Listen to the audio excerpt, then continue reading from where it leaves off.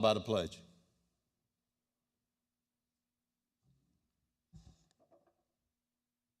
Our truth for today comes from Psalm 135, verse 5. For I know the Lord is great. Our Lord is above all gods.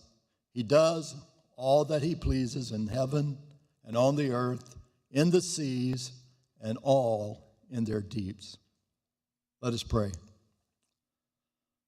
O Lord Most High, our benevolent Father, you alone are the true God, the true and living God, the eternal King who reigns over heaven and earth.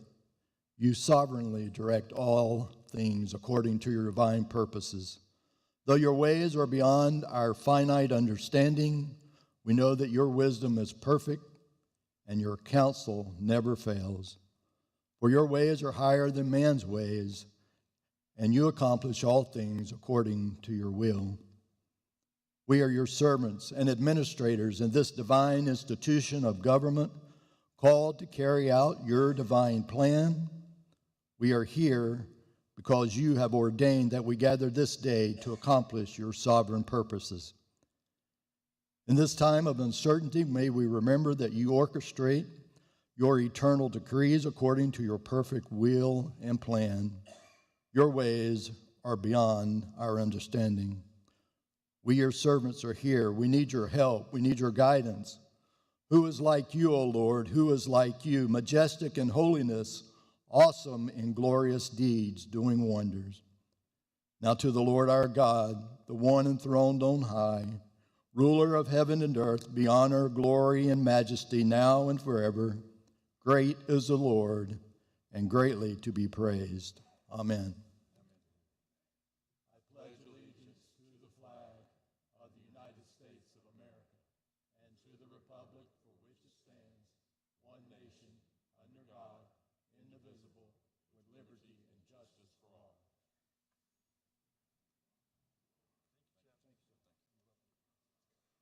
We're in the roll call. All members record your presence. We're in the roll call.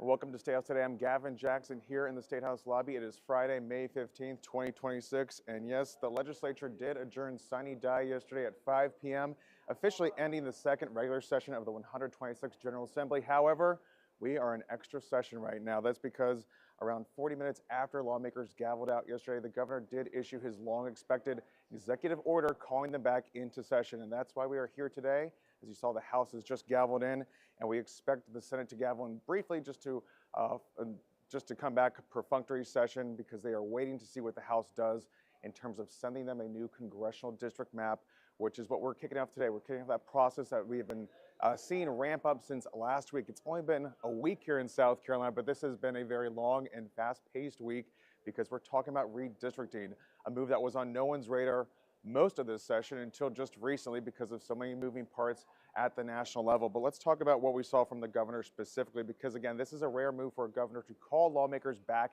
into a special session. The last time the governor did this was in 2023 to take up restrictive abortion measures, and before that we hadn't seen it since the 90s with Governor Jim Hodges. So again, a very difficult, very rare situation that we're being a part of right now. And of course, he said in his executive order, again, he can't tell lawmakers what to do when they come back. All he can do is call them back. That's his constitutional authority to do so.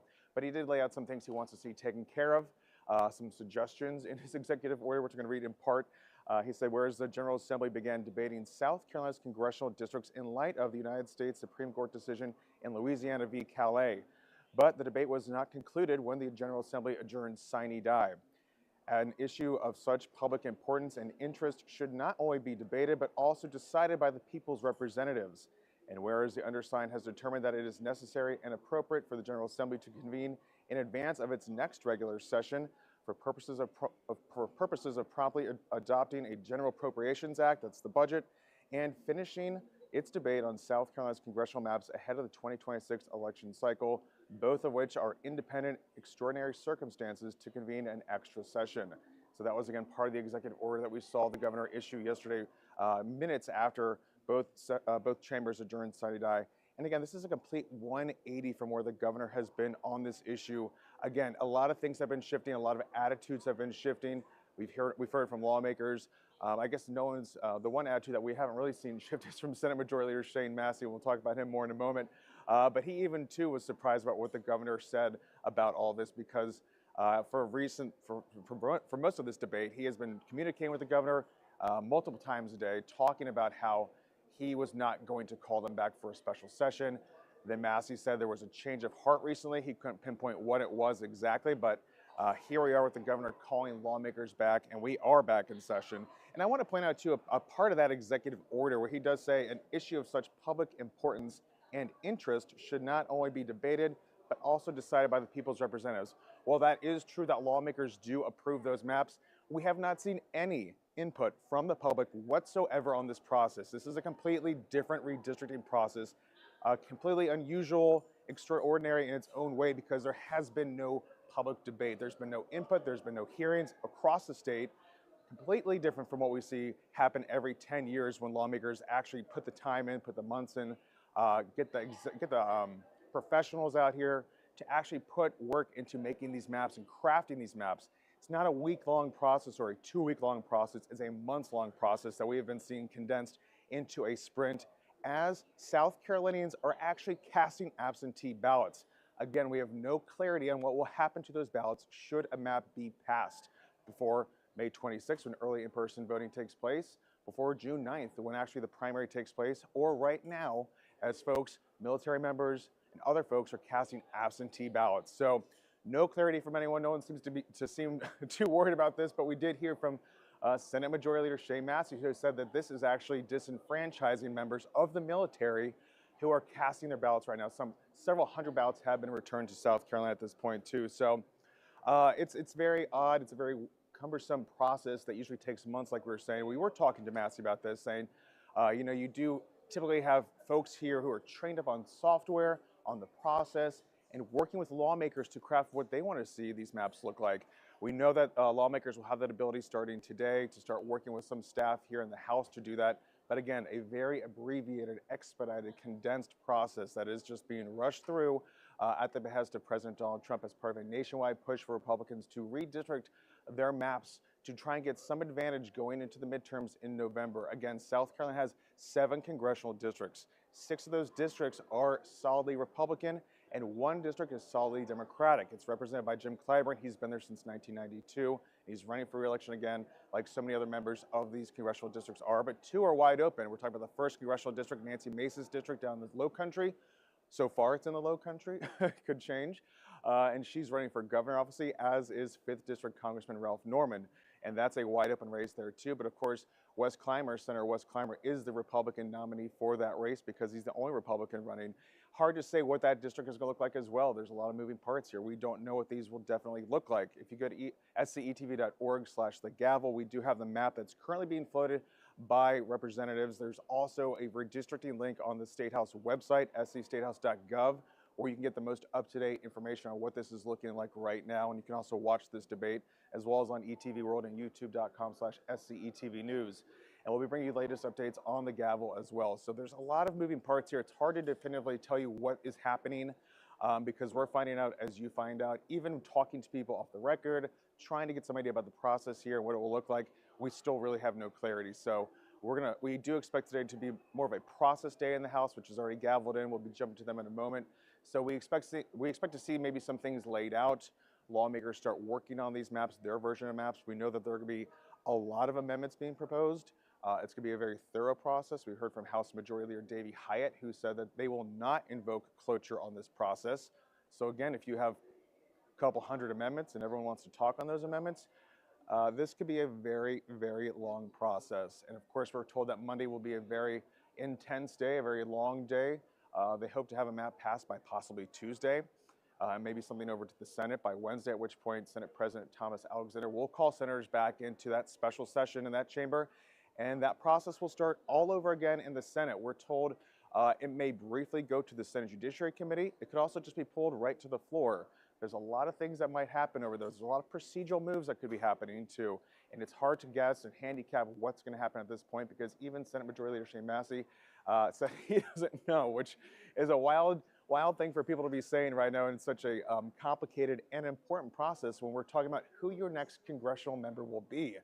It's very loose, it's very fast, and we're trying to keep up with it as much as we can too, which we'll be doing on southcarolinapublicradio.org, here on ETV, and of course on our website, and the South Carolina Lead, the podcast that I host as well. And we did have, I want to go ahead and let you know that tonight at 7:30 on This Week in South Carolina, I did speak with Winthrop University political science professor Dr. Scott Huffman to get some more context and some more understanding about this process, as well as the political ramifications of it that we may or may not see. Again, there's concern over whether these maps will even make it more advantageous for folks when it comes to trying to get an all-Republican map in South Carolina. Like I said, we have 6 Republicans and 1 Democrat. They're trying to get a 7-0 sweep. That's what Republicans are pushing for, making that 6th congressional district more competitive. But as a result, many people have had concerns that it could make other districts more competitive for Republicans as well, meaning Democrats maybe trying to get to a 5-2 split, maybe a 4-3. It's hard to understand where things may go because some people are also having concerns over the numbers being used to craft these maps as well. So a lot going on, as you can tell. I'm a little breathless here, but we're here. We're keeping you up to date on what's happening, and we'll bring that to you as it happens. You can, of course, watch this on ETV World. We'll be covering all this gavel to gavel, so you can know what's going on with your vote. I'm Gavin Jackson here in the State House lobby. We're going to send you over to the House right now. Have a great Friday, and we will see you on Monday, and keep up this coverage of the special session of the General Assembly here in South Carolina.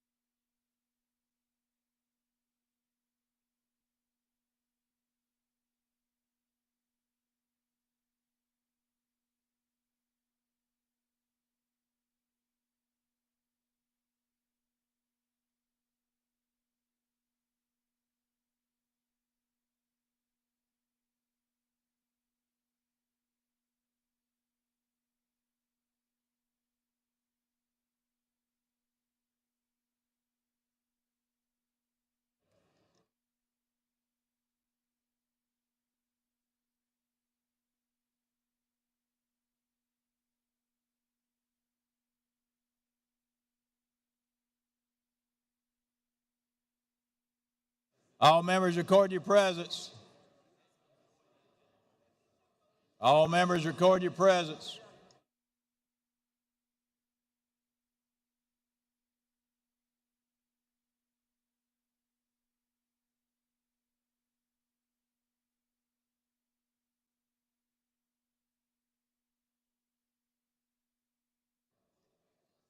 All members record your presence. We're going to get started.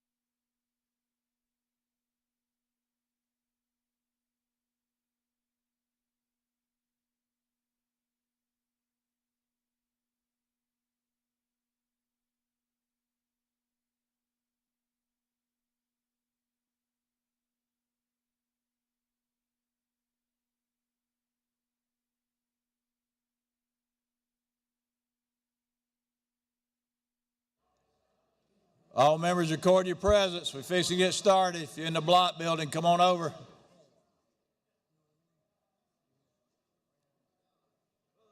All members record your presence. We're fixing to get started.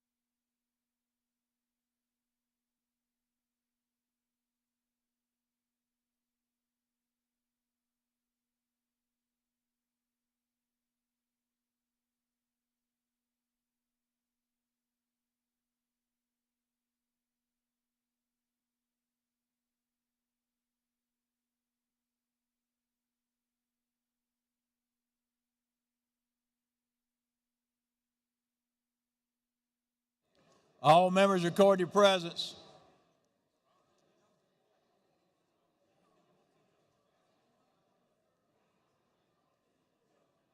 All members record your presence.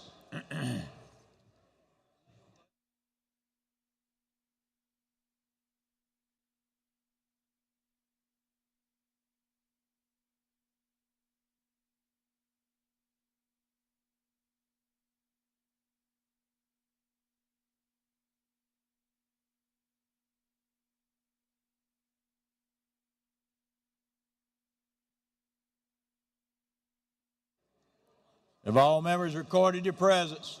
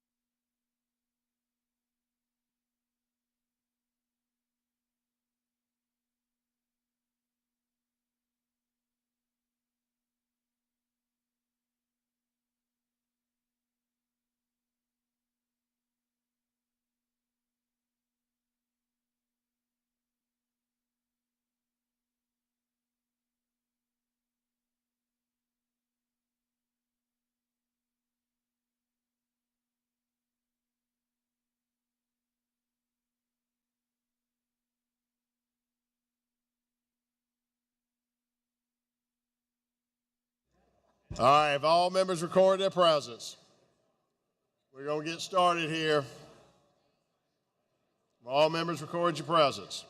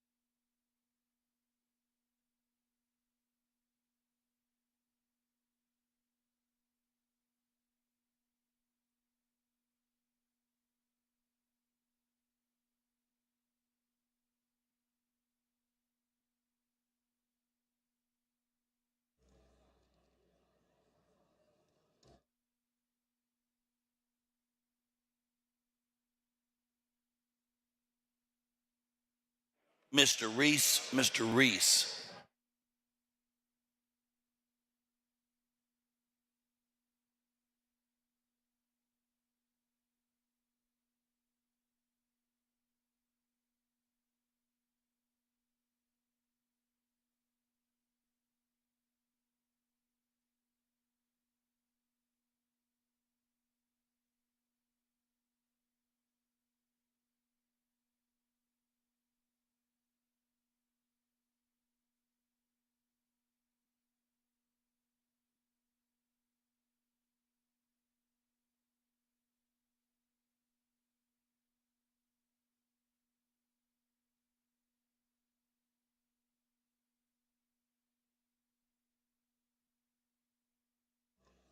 All right, have all members record your presence. All right, polls are closed. Clerk will tabulate. Quorum is present. All right, Sergeant, help me. Members, I need y'all in your seats. I need to make some announcements before we get started. So everyone, I hope everyone that's in the cookie room, please come up here, because what I do not want to hear is I did not know this. So I'm making announcements for the body.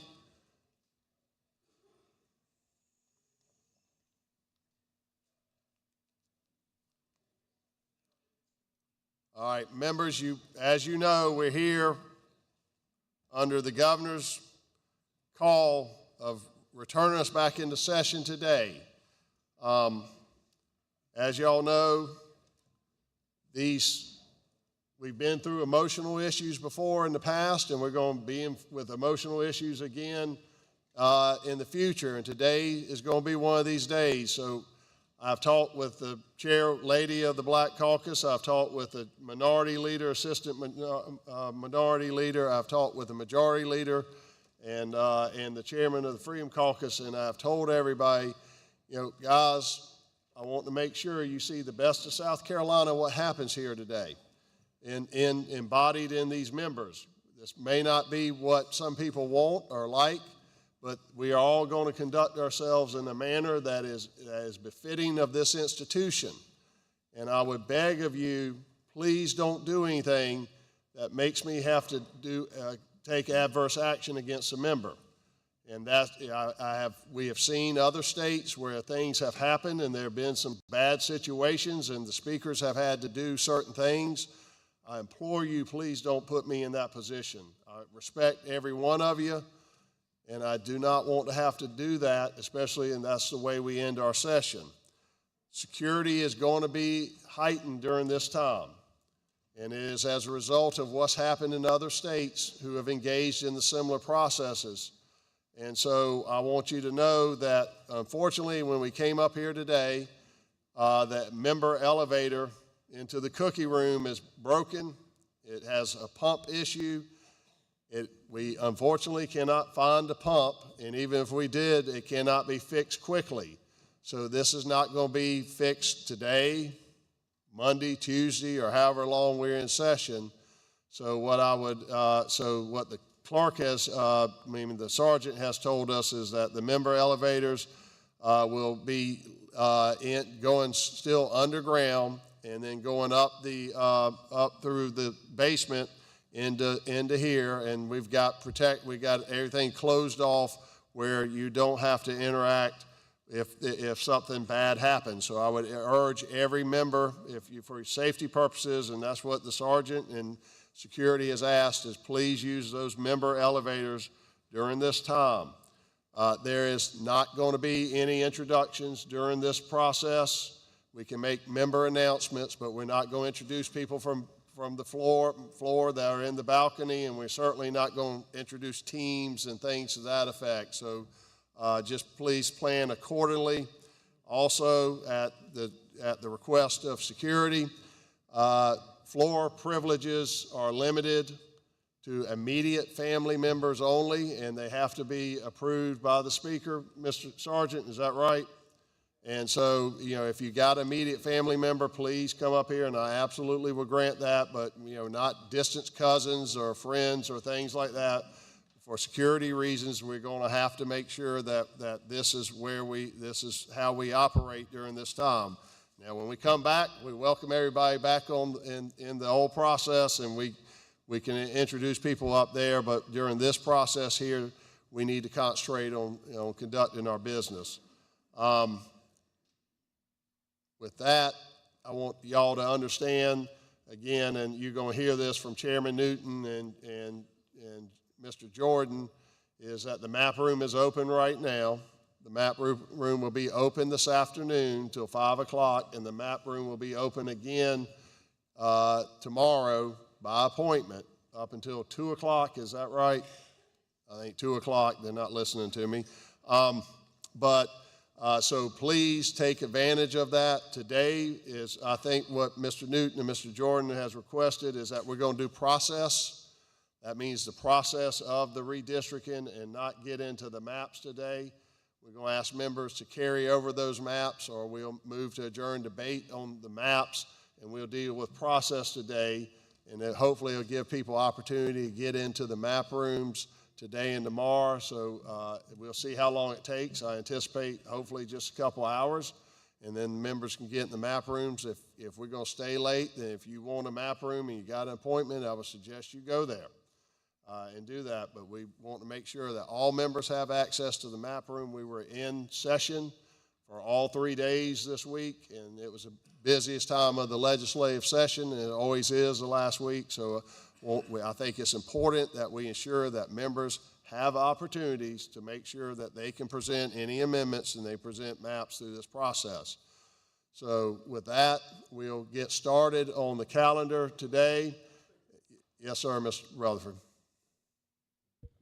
Before we move to the calendar, I spoke to the Chair of Judiciary, and I understand the map room will be open this weekend, but I also understand that today is Friday, May 15th, and you and your sunny disposition have a birthday today, and I didn't want us to miss that while we jumped on the calendar, so if everybody would please join me in telling you happy birthday and your sunny disposition, happy birthday.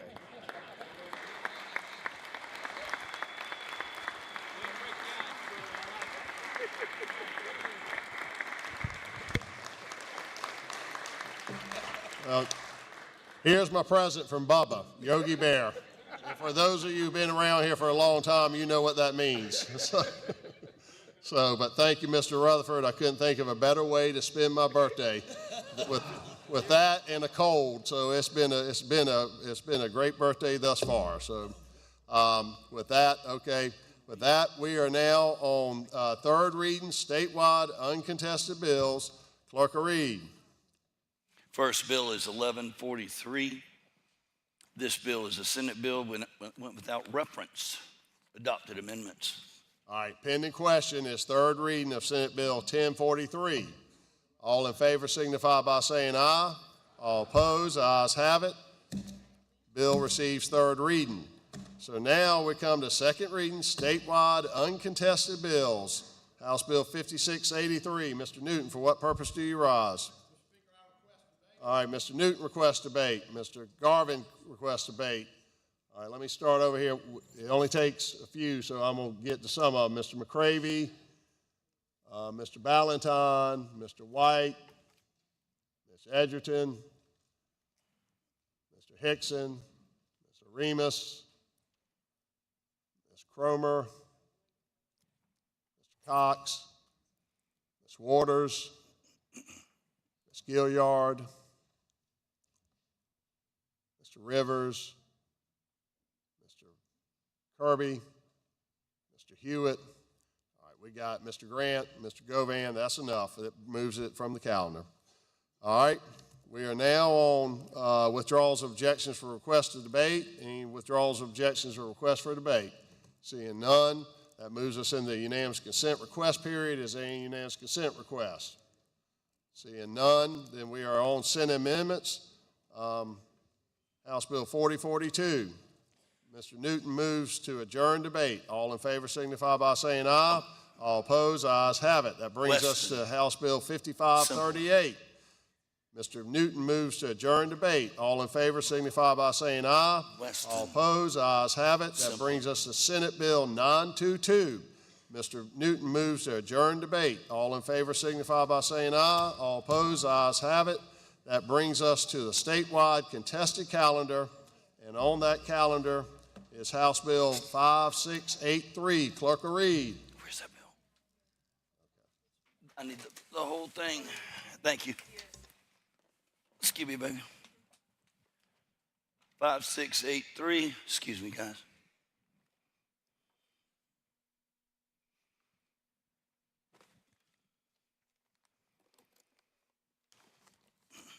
A bill by Representative Rankin, Pace, and others, judiciary favorable, with amendment number 1. Amendment number 1 is the committee report. Mr. Jordan is recognized to explain the committee report. Mr. Jordan. Thank you, Mr. Speaker. Members, last week, the Constitutional Law Subcommittee began the process of reviewing several pieces of legislation relating to congressional primaries and elections in 2026. Through that process, House Bill 5683 advanced out of committee and is now on the floor for your consideration. As we proceed with our conversation on this topic over the next few days, my goal will be to ensure that the process is fair to all members, faithful to our rules and procedures, and conducted in a manner that preserves the integrity of the process and complies with all applicable constitutional principles. On that note, I want to remind everyone, as you have already been previously reminded multiple times, that our map room is set up in Block 215, is open until 5 o'clock today, 2 o'clock tomorrow by appointment only. Members who would like to reserve an appointment with the map room technicians may contact two ways that I'll give you right here: maproom2026@schouse.gov or 803-734-3120.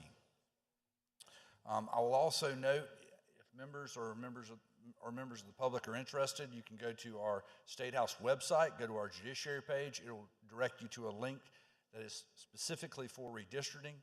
It contains very important information, data related to, including an interactive map that you can look at, and is an excellent resource.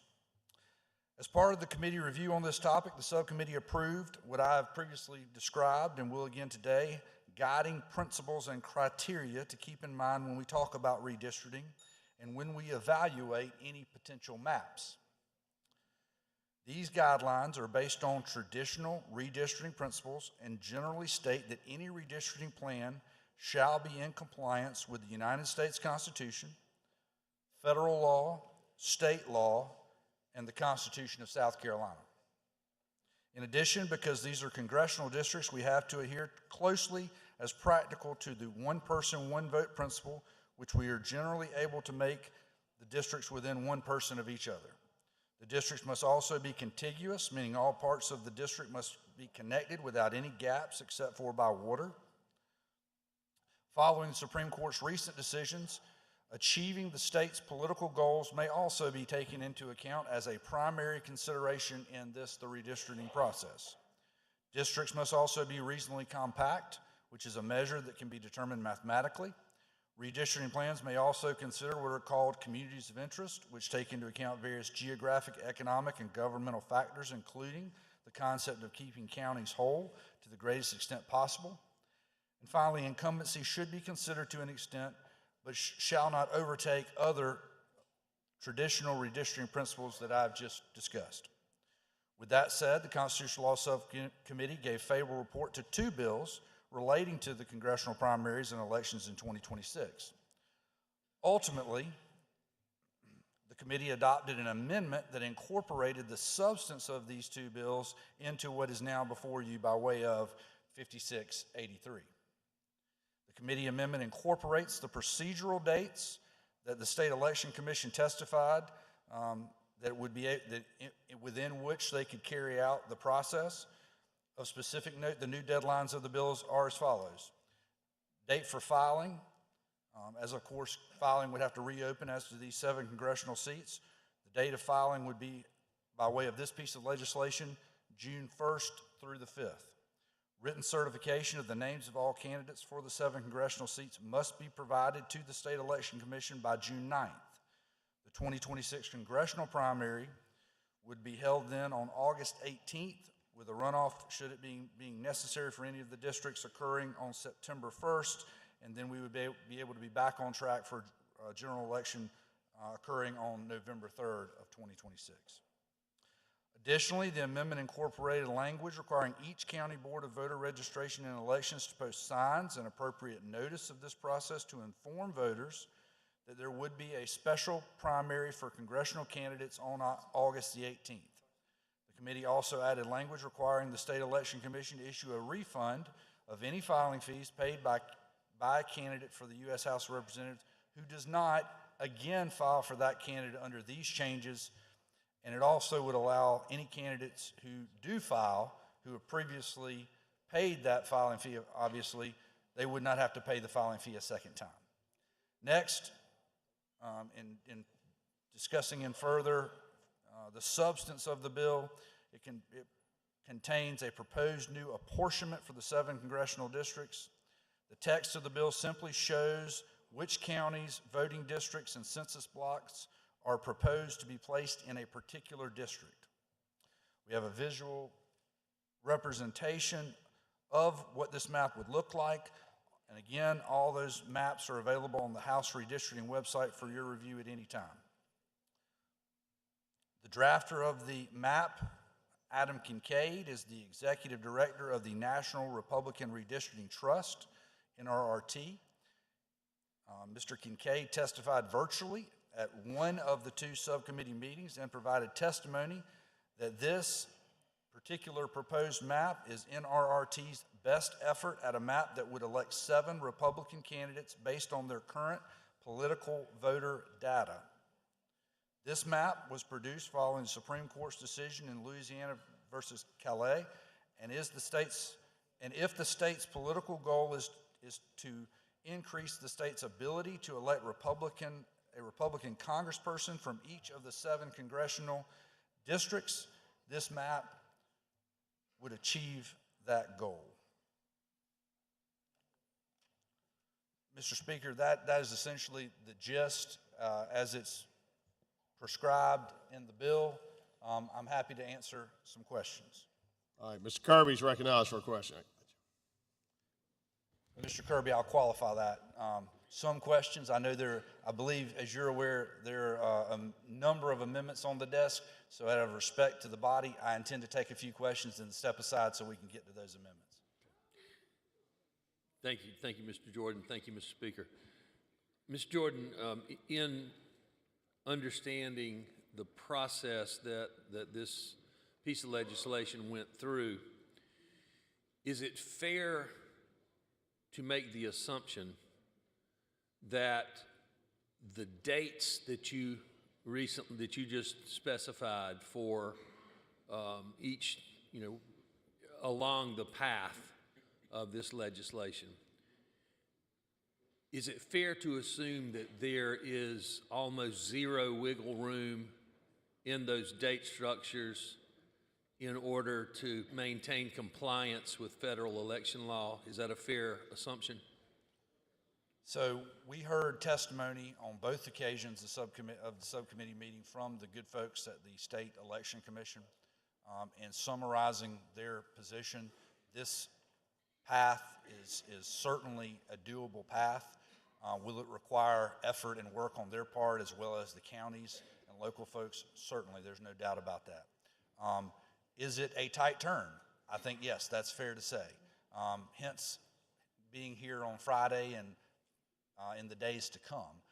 But I think I can best summarize what the experts told me and the other members of the subcommittee would be, while yes, time is of the essence, to use that term, it's doable, but it's important that we act sooner than later. Mr. Jordan, given that premise, and also given the premise that the primary filing season, the candidate filing season, is proposed to be open on June 1st, is that correct? Yes, sir. Under the proposed legislation before us, it would move the candidate filing period to June 1 through June 5 of this year. Given that premise, what is your opinion of the final date that this proposed legislation would have to achieve in order for the Election Commission to have time to prepare for a June 1 primary filing season? So to arrive at that date, you essentially have to back into that date. It's my understanding that through federal law, there's a 45-day period that's incorporated into that. I don't have the exact specific, this is the last possible day by which this can be accomplished. I know it's several weeks, I believe, from where we are today, but it's not too far off into the future. So basically, for both bodies to agree on the premises that are established in this piece of legislation, your indication then would be that we have to finish this work in a week, or in 2 weeks, or in 3 weeks. I mean, obviously, it would make sense that we've got to be finished in time for the Election Commission to know what they're being asked to do. Is that fair? Yes, sir. And I think what I would also say is, again, back to that time is of the essence. The sooner the better. Meaning, if this is the path we're going to go, and in order to put it in the hands of the professionals at the election offices, then the sooner we can give them that direction and product, the better off. Having said that, and again, I also want to point out, as I did to the members of the committee as well, if you have any questions that relate specifically to the election structure of this, the Election Commission folks have made themselves available throughout this process. They've been in constant communication with staff counsel and others involved in the process, and I would encourage any member, if they have any direct, specific questions regarding election information, I know those folks, I'm not speaking for them, but they'd be more than happy to sit down and discuss that as well. Again, to your question, I think I would rely back on time is of the essence. The sooner we can move forward in the event this is the path we choose to move forward on, would be my answer to your question.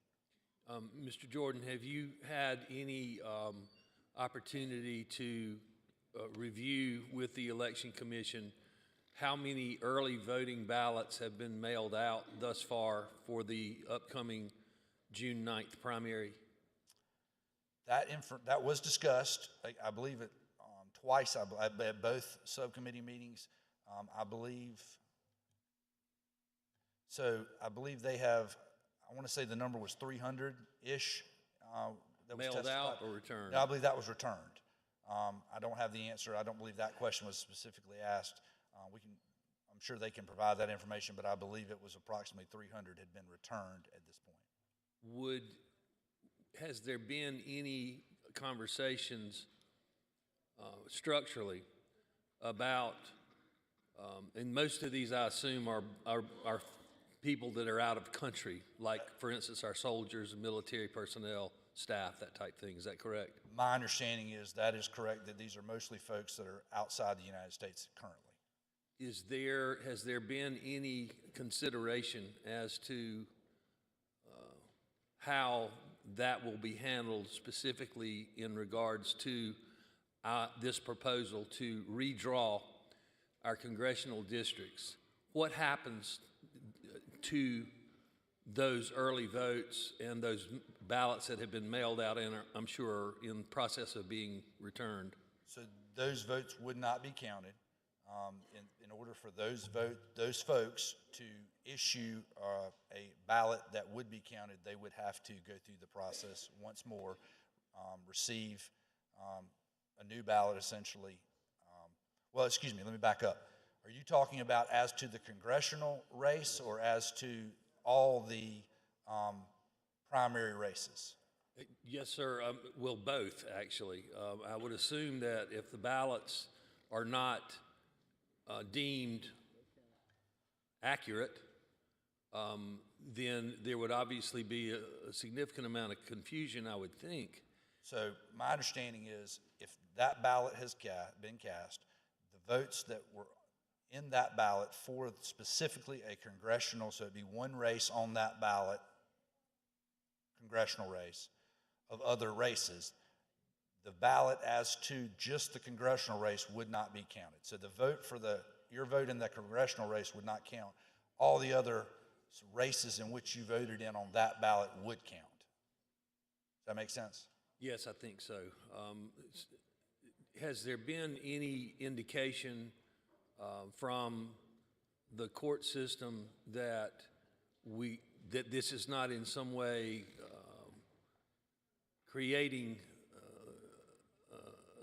a jurisdictional and judicial crisis for election law because of the dates and the rapid change of structure of the actual election?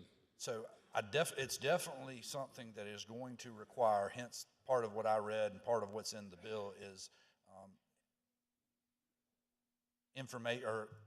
part of the bill to get the election folks to try and get the word out, to educate the people of South Carolina as what's going on. I read that in part of my summary earlier. I did not get any sense of, if I remember correctly, it's been a long couple of weeks here, but I didn't get the sense that anyone from the election folks testified that they didn't speak to any of the potential legal issues that I recall. You haven't, I guess, to clarify the question, you or no one in the judiciary or leadership, I assume, has had any pushback with any idea that this might create legal jeopardy for the state?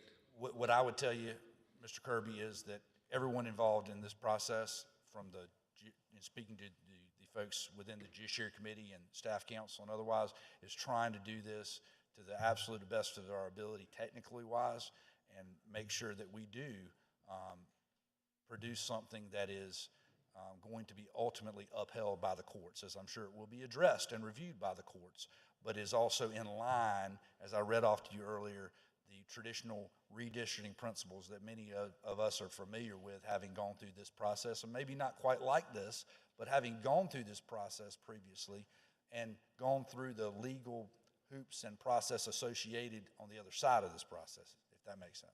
Yes, and then has leadership had an opportunity to review this piece of legislation with any of the upper chambers of courts within the jurisdiction of the state at this point? To review the language, to review the actual structure of what we're doing, has that been reviewed by any of the courts at this point? So I don't believe, and again, I'm giving you as I like to say, I'm a lawyer, but I'm not that kind of lawyer. And you ask for leadership, I'm not leadership. I'm just, up here presenting the legislation. It wouldn't be, I don't believe it'd be a ripe, the case wouldn't be ripe for purposes or in the context of asking a court to review it. There's no mechanism to get it in front of the courts at this time. We're simply, again, as I said, going through the process, again, knowing the process, having been through redistricting before, we know what that looks like, and having litigation associated with that, and having modern recent litigation that tells us, I referenced the Louisiana case, what the do's and don'ts are associated with this process. I can tell you that from my involvement and what I've seen from our council and our staff, we're doing everything we can to make sure what we do is legally sound, compliant, and within the structure and framework of the redistricting, the appropriate redistricting process as given to us by the courts. And I understood you to say that some of the filing fees would be transferable maybe, or refundable, Is that fair? So, yes, sir, that's correct. Because of the lines moving, again, you have to reopen filing because these are new districts. And perhaps someone who chose not to run in one district now under these new lines says they want to run. So the process is, if you have filed and paid your fee, which I can't remember how much it is, but it's not a small amount, and you choose not to run in this new district, then you would be eligible to receive your filing fee back. Also, in the event you have filed and paid, again, what I believe to be a significant fee, and you do want to run in this new district, in this new race, you could file, and your money that you previously paid by way of your first filing fee would count, and you wouldn't have to write a second check.